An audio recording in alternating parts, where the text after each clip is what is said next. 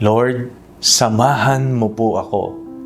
Ako po si Father Fiel Pareha at ito po ang ating segment, ang Daily Devotion, na kung saan tayo po ay magdarasal, magbabasa at magninilay kasama ng salita ng Diyos sa buong taon. Manalangin tayo. Sa ngalan ng Ama, ng Anak at ng Espiritu Santo. Amen. Halina, banal na Espiritu, liwanagan mo ang aming puso at isip nang maunawaan at may sa buhay namin ang iyong salita. Amen. Our Bible passage for today is from the Gospel of St. John chapter 14, verses 15 to 21, and I read it for you. If you love me, you will keep my commandments, and I will ask the Father, and he will give you another advocate to be with you forever. This is the Spirit of truth, whom the world cannot receive, because it neither sees him nor knows him. You know him because he abides with you, and he will be in you. I will not leave you orphan. I am coming to you. In a little while the world will no longer see me, but you will see me. Because I live, you also will live. On that day you will know that I am in the Father, and you in me, and I in you. They who have my commandments and keep them are those who love me, and those who love me will be loved by my Father, and I will love them and reveal myself to them. Minsan kahit po napapalibutan tayo ng mga tao, nakakaramdam pa rin tayo ng matinding pag-iisa. May mga pagkakataon na pakiramdam nating walang tunay na nakakaunawa sa mga pinagdaraanan natin. Tuloy, napapatanong po tayong, may kasama pa ba ako? Kaya ko pa ba ito? May nagmamalasakit ba sa akin? Ang pag-iisa ay hindi lang kakulangan ng kasama.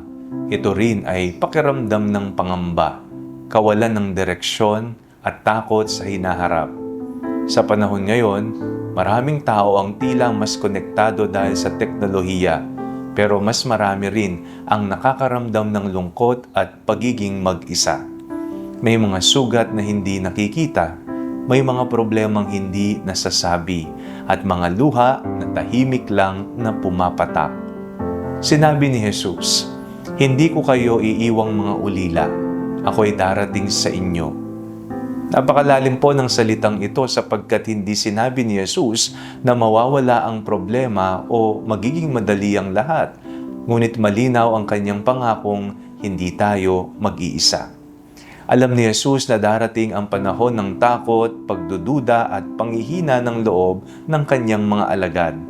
Alam niyang mararanasan nila ang pakiramdam na tila iniwan sila. Kaya bago pa man yun mangyari, inaliw na ni Jesus ang kanyang mga alagad.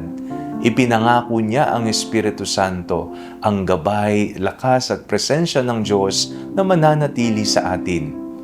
Kapag pakiramdam mo ay walang nakakaalala sa iyo, nariyan si Jesus.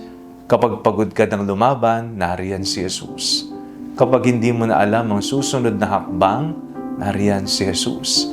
Ang presensya niya ay hindi lang nakikita, pero tunay at buhay. Kumikilos siya sa pamamagitan ng mga taong nagmamahal, sa lakas na natatanggap natin araw-araw, at sa pag-asang bumabangon kahit maraming dahilan para sumuko. Ang mundo ay maaring mag-iwan, ang tao ay maaring lumayo, ngunit si Jesus hindi kailanman nangiiwan. Hindi tayo ulila.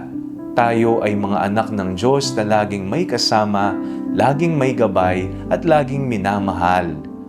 Kapag kasama natin si Jesus, kahit dumaan tayo sa dilim, hindi tayo kailanman magiging nag-iisa. Nanalangin tayo. Panginoong Jesus, salamat po dahil hindi mo kami iniiwang nag-iisa. Sa gitna ng aming takot, kalungkutan at pagdududa, ipaalala mo na lagi kang naririto. Punuin mo ang aming puso ng iyong presensya at pag-asa. Tulungan mo kaming magtiwala na anuman ang aming pinagdaraanan, kasama ka namin. Amen. Sa ngalan ng Ama, ng Anak at ng Espiritu Santo. Amen.